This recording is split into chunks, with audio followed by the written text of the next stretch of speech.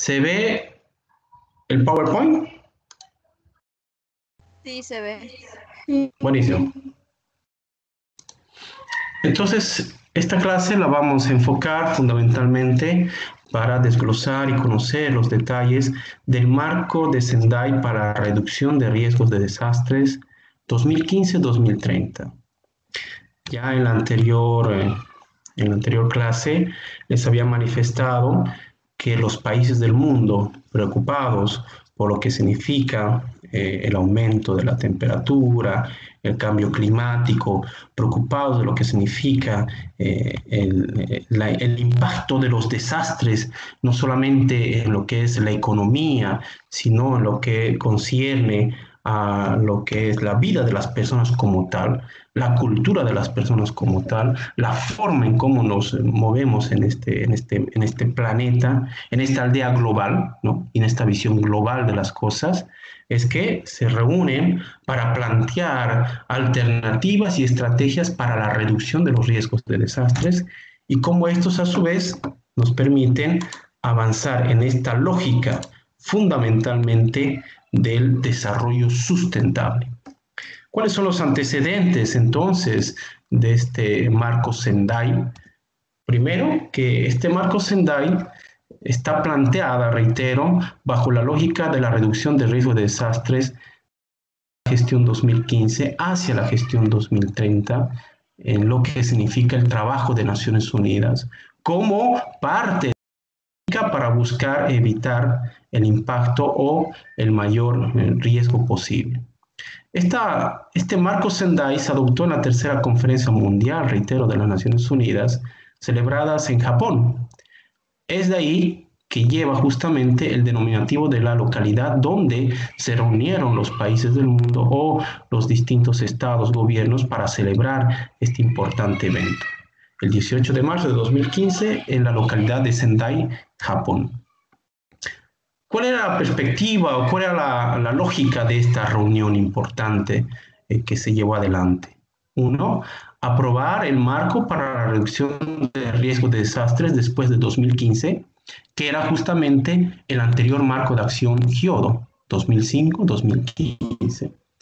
Contribuir a la evaluación y al examen de la aplicación del marco de acción Kyoto, es decir, se va a realizar una lógica de ver cuáles han sido los impactos, cuáles han sido las enseñanzas, aprendizajes de lo que ha significado la aplicación del marco de acción Kyoto en lo que son la aplicación de los países, de las comunidades, de los sectores sociales, etcétera, que aplicaron este marco de acción Kyoto a nivel planetario.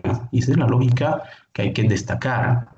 Por otro lado, examinar la experiencia adquirida, ¿no? ¿Qué es lo que nos ha dejado como enseñanzas, como aprendizajes, el marco de acción Kyoto y dónde y qué además se debe hacer para mejorarlo? Determinar las modalidades de cooperación, porque ahora la perspectiva del desastre, si bien puede ocurrir en un determinado lugar, en una determinada comunidad, en un determinado país, tiene un impacto global. No olvidemos siempre esta perspectiva, porque bajo las lógicas de articulación, de interacción, no solamente económicas, sociales, culturales, identitarias, estamos viviendo un nuevo momento de la sociedad, de la humanidad, que articula todos los escenarios en una lógica global. Y por último, determinar las modalidades para este examen, es decir, realizar exámenes permanentes, periódicos, de cómo vamos a implementar esta lucha para la reducción de los riesgos de desastres. Entonces, en ese sentido, el marco de acción Kyoto nos deja enseñanzas, nos deja aprendizajes que además permitieron plantear lo que significará ahora, lo que vamos a ver ahora, el marco Sendai.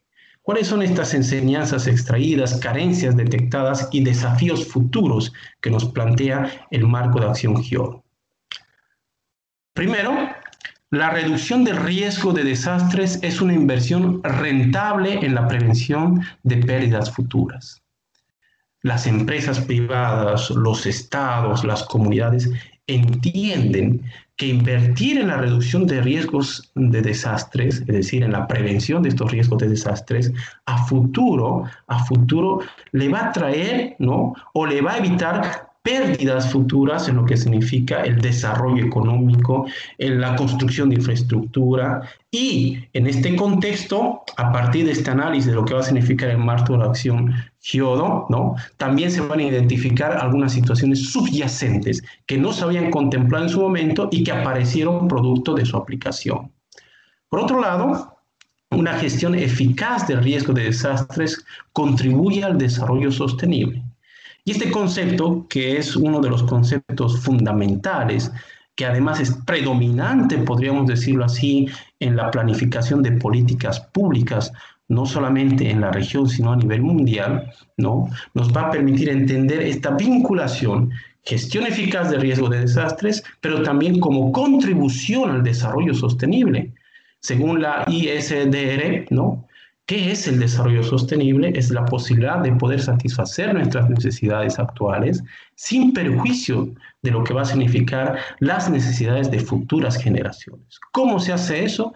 ¿Es posible eso en este contexto, como planteaba en el foro algún estudiante, ¿no? Bajo las lógicas del sistema capitalista? ¿Es posible aquello?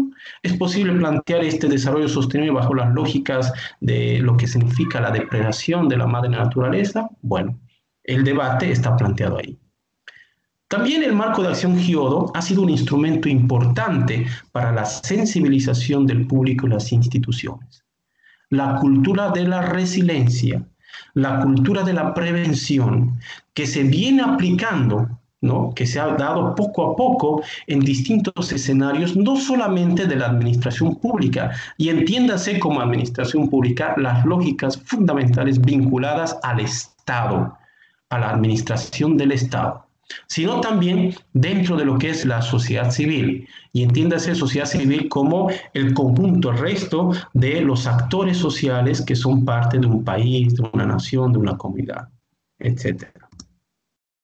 Pero lamentablemente el marco de acción Kyoto, si bien ha sido una gran contribución, un gran instrumento en la reducción de riesgos de desastres o en la gestión de riesgos de desastres, en su aplicación de 10 años, 2005-2015, lamentablemente, a la vez que ha permitido grandes avances al respecto, también se han generado otro tipo de situaciones adversas, negativas, ¿no? Y que han permitido o han dado lugar a muchas pérdidas, consecuencias, afectando al bienestar, a la seguridad de las personas, de las comunidades y países enteros. Es decir, si bien ha habido un gran avance con el marco de acción Kyoto, también se han aumentado muchas consecuencias, muchas pérdidas y que han afectado a los países, a las comunidades, a las personas, etc. Por ejemplo, en la aplicación de 10 años del marco de acción Kyoto, más de 700.000 personas han perdido la vida. 700.000 personas producto de desastres, producto de lo que significa una mala gestión de riesgo de desastres, producto de la no reducción de riesgo de desastres o de la no implementación de sistemas de alerta temprana. 700.000 personas han perdido la vida en esos 10 años de implementación del marco Kyoto. Más de 1.4 millones han sufrido heridas, ¿no? Personas, estamos hablando de personas, 1.4 millones han sufrido heridas y alrededor de 23 millones de personas han quedado sin hogar, consecuencia obviamente de los desastres. 23 millones de personas han quedado sin hogar en esos 10 años de aplicación del marco Kyoto. En general, hablamos de 1.500 millones de personas, 1.500 millones de personas que se han visto perjudicadas por los desastres en diversas formas. Y las mujeres, ojo con esto, y las mujeres, los niños, las niñas, las personas en situaciones vulnerables han sido afectados de manera desproporcionada. Este es muy importante, este dato es muy importante. Y esto también, reitero, tiene que ver con la lógica de la vulnerabilidad, el grado de exposición frente a riesgos, frente a amenazas. Entonces, 1.500 personas se han visto perjudicadas por los desastres, pero si vemos una lógica general, una lógica solamente del número, se puede quedar ahí. pero tendremos que distinguir cuántos niños, cuántas niñas, cuántos adultos mayores, cuántas mujeres, cuántas personas en lo que algunos términos ya se van avanzando en personas con capacidades distintas, por no decir con discapacidad, que pareciera ser algo discriminatorio, ¿no? ¿Cuántas personas han sido afectadas? Entonces, si bien el dato es de 1.500 millones de personas afectadas, pero la claridad en torno a cuántas mujeres, cuántos ancianos, cuántos niños, cuántas niñas hayan sido afectados, sin lugar a dudas, nos sorprende o sorprende al mundo. Por eso justamente se plantea esta nueva lógica que ya la vamos a abordar. Las pérdidas económicas totales en esos 10 años de aplicación del marco Kyoto ascienden a 1.3 billones de dólares. 1.3 billones de dólares. Esto concerniente a todo lo que significa el Producto Interno Bruto del mundo, no se olviden, aldea global, globalización, entonces enfoque global, enfoque sistémico, 1.3 billones de dólares, ¿no? Además, entre 2008 y 2012, 144 millones de personas resultaron desplazadas por desastres, obligadas, en pocas palabras, a salir de su comunidad, de su barrio, de su ciudad, ¿no? Que ha sido expuesta o que ha sufrido un desastre, ¿no? Entonces, estamos hablando de 144 millones de personas que resultaron desplazadas por los desastres en todo lo que ha significado este marco, la implementación del marco de acción Kyoto. Por eso, deben adoptarse medidas más específicas para luchar contra los factores subyacentes que aumentan el riesgo de desastres. ¿Qué es subyacente? Lo subyacente quiere decir eso que no se ve, pero que es producto de, eso que está oculto, digámoslo así, ¿no? Que en su momento el marco de acción Kyoto no lo pudo ver, no lo pudo identificar, pero que producto de lo que ha significado los desastres, los riesgos, las amenazas, etcétera, etcétera, bueno, pues se fueron generando. Como por ejemplo que la pobreza. Antes no se contemplaba la pobreza como parte de una lógica de reducción de riesgo de desastres. No se contemplaba o no estaba totalmente meditada, no estaba totalmente razonada. La pobreza, la desigualdad, el cambio climático. Es muy importante el cambio climático y este debate que hoy más que nunca se da en torno a esta situación. Cambio climático como parte de una lógica del cambio natural o producto de la forma en cómo el hombre, ¿no?, satisface sus necesidades, cómo el hombre plantea su desarrollo, la humanidad plantea su desarrollo. Obviamente también la variabilidad del clima, la urbanización rápida y no planificada. En todo lo que son las ciudades fundamentalmente sudamericanas, que en los últimos años, estamos hablando de los 30, 40 años atrás, ¿no?, han sufrido un crecimiento, una urbanización bastante rápida, pero no planificada. ¿Por qué se dio eso? Ahí hay factores sociales, ahí hay factores de migración interna, de migración externa, ahí obviamente hay muchos otros factores que se deben tomar en cuenta, pero lo concreto es que este crecimiento, esta urbanización rápida ha sido no planificada. En pocas palabras, ha sido desordenada. Hay teorías que explican esta lógica del por qué se dio esta situación, ¿no? Entonces, por otra parte, es importante reforzar la buena gobernanza. ¿Qué es la buena gobernanza? La gobernanza hace referencia a 3 elementos. Por un lado, el Estado, la administración burocrática. Por otro lado, la sociedad civil, ¿no?, la sociedad que en su conjunto llega a conformar una lógica de participación permanente, ¿no? Y por otro lado, el tema del mercado. Esos 3 elementos, cuando hablamos de gobernanza, uno los tiene que tener con bastante claridad. Y cuando vamos a ver esto, porque además es un término que nuevamente se implementa, que se recoge del marco de acción Kyoto y que se implementa o que se fortalece en el marco Sendai, la buena gobernanza para la reducción de riesgos de desastre hace referencia a esos 3 elementos: Estado, ¿no?, sociedad civil y mercado. No olvidemos que todos estos conceptos, que todas estas teorías y fundamentalmente estos paradigmas, podríamos decirlo así, también responden a intereses económicos, políticos y hoy más que nunca de carácter global. Por ende, tiene que haber un enfoque preventivo del riesgo de desastres mucho más amplio y mucho más centrado en las personas. Este es otro de los elementos que se identifican tal vez como una de las carencias que tenía el marco de acción Kyoto y que hay que centrarnos en el enfoque preventivo del riesgo de desastres fundamentalmente en las personas, porque no existe desastre sin afectación de personas, de seres humanos. Y por otro lado, la cooperación internacional, regional, subregional y transfronteriza sigue siendo fundamental para ayudar a los estados.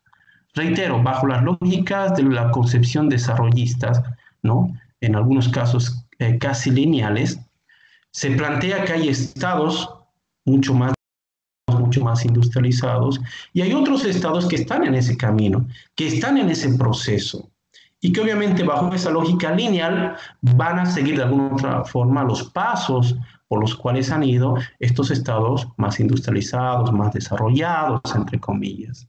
Ahí reitero, hay un debate muy fuerte, ¿no?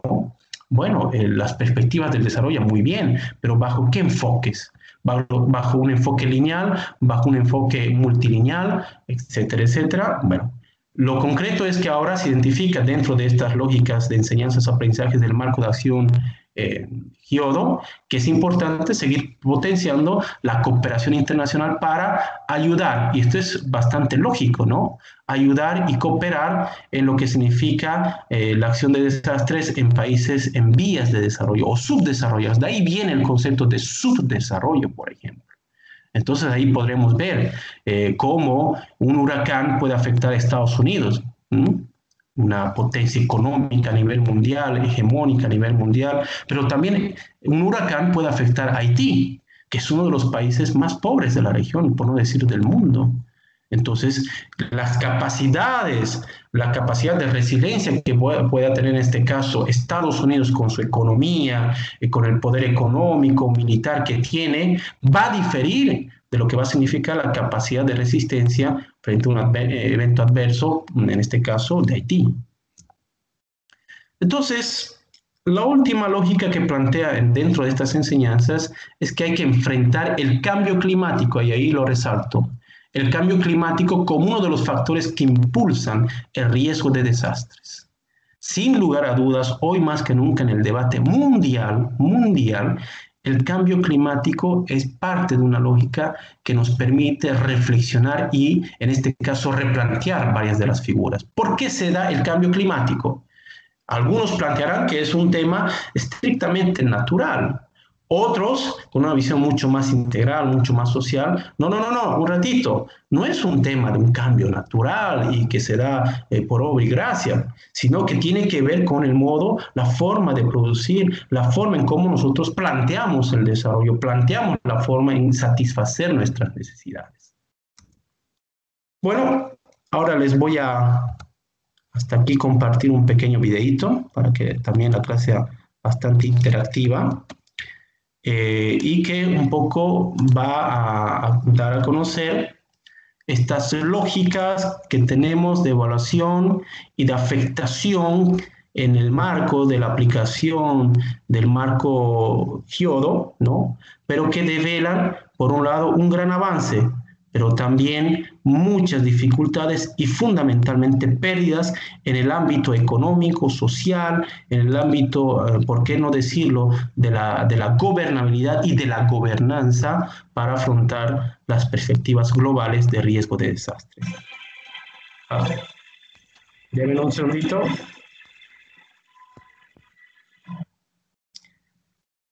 Voy a dejar de compartir el PowerPoint.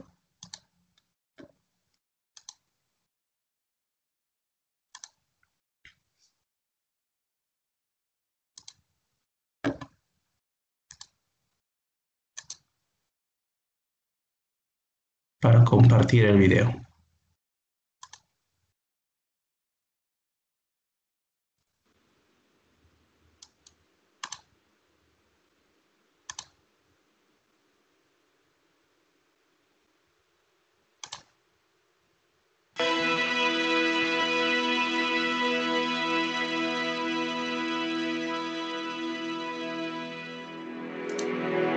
¿Se ve el video? Sí, se ve bien. Bueno, sí, se ve. Ahora sí.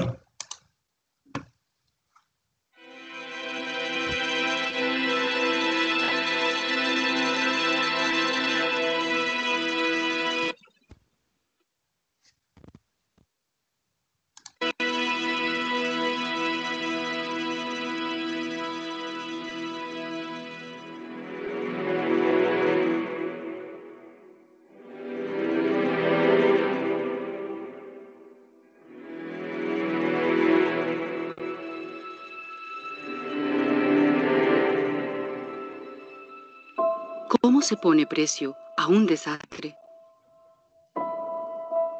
Las cifras producen vértigo. Pero los costos reales están subestimados según un nuevo informe de la Oficina de las Naciones Unidas para la reducción del riesgo de desastres. El informe de evaluación global del 2013 estima las pérdidas directas por desastres en este siglo en 2.5 billones de dólares. La cantidad no incluye las pérdidas indirectas derivadas de la pérdida de sueldos, el cierre de escuelas, las vidas afectadas, la pobreza y el desempleo. El informe bianual advierte a las zonas propensas a sufrir desastres que se preparen para las enormes pérdidas que se avecinan. There is good news, which is less people dying. There is also bad news, and the bad news is the economic losses are going through the roof. We've just got more and more property, people, assets, infrastructure in hazard-prone locations. We need to redefine how risk is measured and understood in a global economy, and at the same time understand that undermining natural wealth or the natural disasters that do come along is also connected to financial instability. Los países más ricos podrán capear las pérdidas de cientos de miles de millones de dólares causadas por terremotos, tsunamis y ciclones. No será así para las economías más modestas.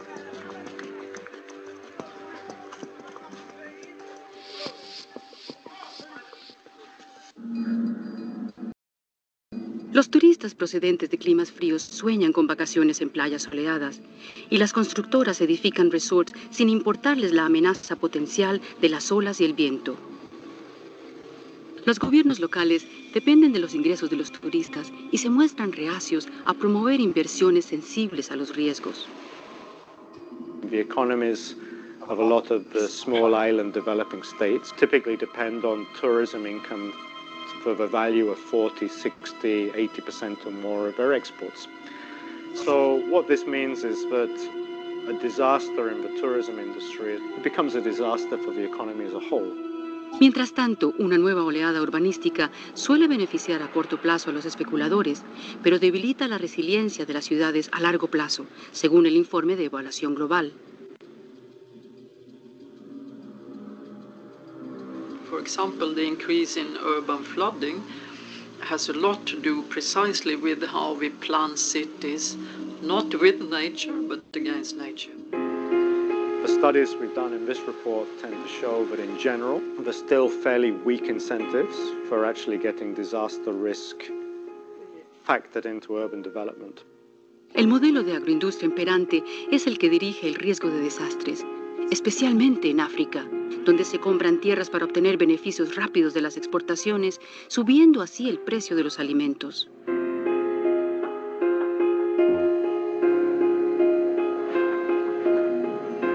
A lot of this investment is going into areas where the hazard, drought for example, poorly understood, poorly modeled, poorly mapped. So it's very difficult, I think, for these companies to calculate the risks. Según el informe de evaluación global, solo 28 de las 72 plataformas nacionales para la reducción de desastres cuentan con representantes de la industria para liderar su influencia y experiencia. Afirma que los gobiernos y los acuerdos internacionales futuros, como el sucesor del marco de acción de Hyogo, deben involucrar al sector privado. Every time something very dramatic happens, you hear people say, "Oh, we could not have imagined that this would happen." So I would say really the first thing we have to do is to start imagining what can happen, to actually acknowledge that this may happen to me as well.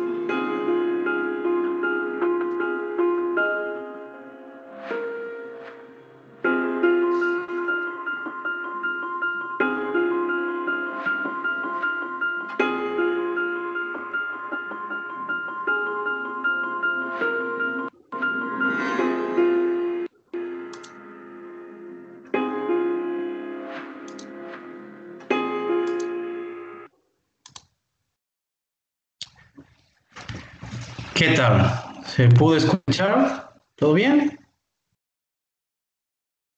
Bueno, hasta ahí un primer tiempo, como decimos en el fútbol, ¿no?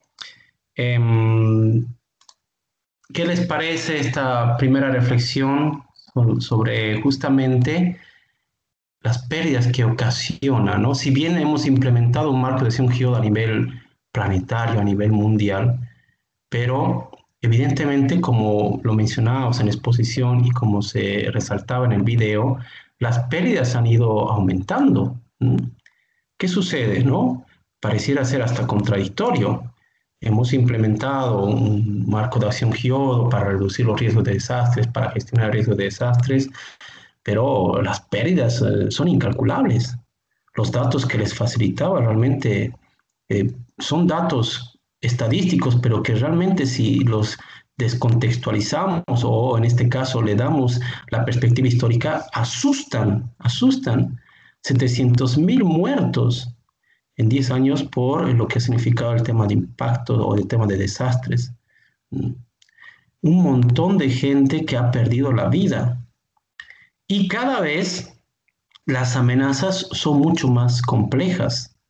El coronavirus, por ejemplo, es parte de estas lógicas y al final esta reflexión que nos daba sobre algo que no pensábamos que iba a pasar, hoy pasa.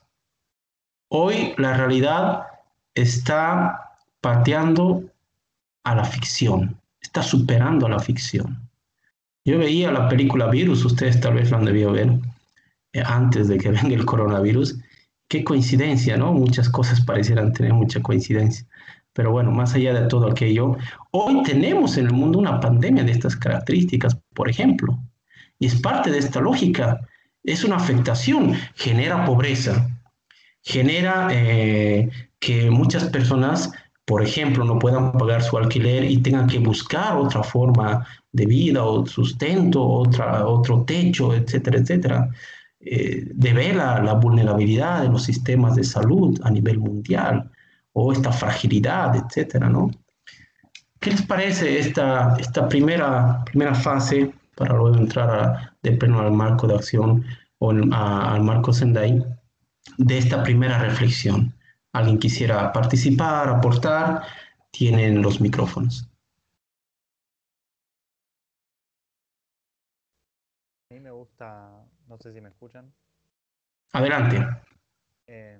Me gusta pensar que esto es algo que se tiene que empezar a tener en cuenta como es obligatorio. Como que si no te desarrollás de cierta manera como ciudad o como nación, van a pasar cosas así. Las pérdidas van a seguir aumentando. O sea, pienso que el cambio de paradigma tiene que empezar por eso, por considerarlo obligatorio. O sea, no obligatorio legalmente, que aunque quizás también estaría bueno, pero en la mente de los empresarios del Estado, cuando hace infraestructura, etcétera, cuando planifica cosas, deberían pensar esto como algo, ya deberían naturalizarlo, creo. Me parece que va por ese lado. Pensar en el riesgo que tiene no solo de la destrucción de cosas, las muertes, etcétera, sino también lo que más les interesa, que es la plata. O sea, también pierden plata. Eso sería. Muchas gracias. Totalmente cierto, ¿no? Hoy más que nunca vemos lo que sucede. Por ejemplo, la industria del turismo, la afectación de la industria del turismo hoy más que nunca, ¿no? Yo tengo algunos amigos ahí en Mar del Plata, en la costa, y les pregunto, ¿cómo está? ¿Se puede entrar o no se puede entrar? No, no se puede entrar, está totalmente restringido, ¿no? Y sabemos que, por ejemplo, Mar del Plata es un lugar que vive fundamentalmente en esta época, ¿no? Que está empezando ya a calentar, justamente de los turistas, ya sea el turismo interno o el turismo externo, la afectación que se está dando, por ejemplo, para darles un ejemplo, entonces lo que dice, bueno, no pude ver la parte de quién estaba hablando, pero lo que dijo el compañero hace un momento es justamente aquello, afecta a la economía, afecta a las empresas privadas, afecta al Estado, una mala gestión de riesgo de desastres. Entonces, por eso se planteaba ya en el marco de Acción Hyodo, y ahora lo vamos a ver también con mucha más claridad en el marco Sendai, que se pueda invertir de riesgo de desastres. No solamente ahora es la infraestructura, sino fundamentalmente sistemas concernientes a la salud. El enfoque pasó y se debe centrar ahora en las personas, pero las personas de carne y hueso, pobreza, educación, salud, tema de género, etcétera, etcétera, ¿no? Entonces, sin lugar a dudas, es parte de esa lógica. ¿Algún estudiante más? ¿Algún aporte que quisiera realizar en esta primera fase? Tienen el micrófono.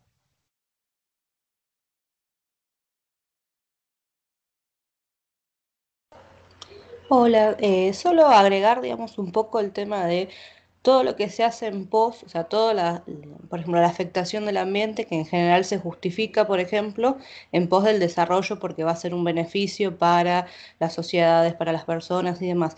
Y después cuando vos ves que hay más de 700.000 millones de muertos, es como que uno dice, pone en jaque, decir, hasta dónde ese desarrollo le ha servido a toda esa gente que no se pudo evitar. O sea, qué es lo que realmente logramos con ese desarrollo. O sea, beneficiar a unos pocos en definitiva, porque la gente se sigue muriendo, el ambiente se sigue afectando.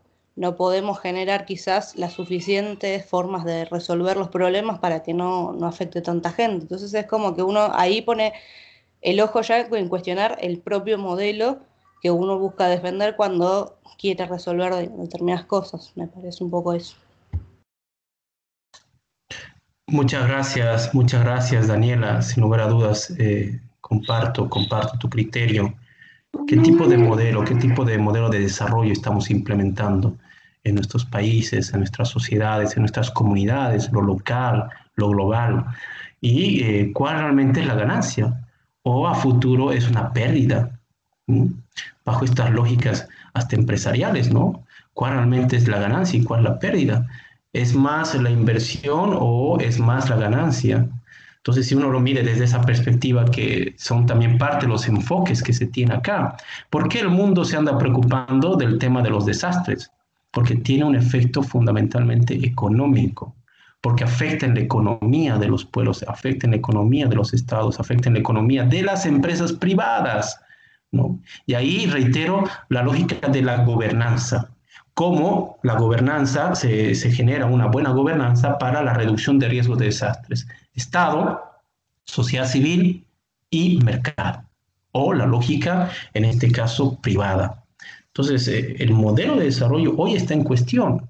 Este desarrollo sustentable del cual hablamos permanentemente y seguramente hasta inconscientemente, ¿no? Decimos, es importante avanzar al desarrollo sustentable y está bien como concepto, pero en la práctica, lo real, ¿cuál es el desarrollo sustentable que estamos supuestamente teniendo? Cuando vemos los datos que realmente debemos dejar de lado la naturalización de la muerte. Ahora, muere alguien en el mundo, bueno, una persona menos. Ya no nos impacta, ¿no? Al igual que la violencia, al igual que las injusticias, las desigualdades, como que se ha ido naturalizando muchas cosas.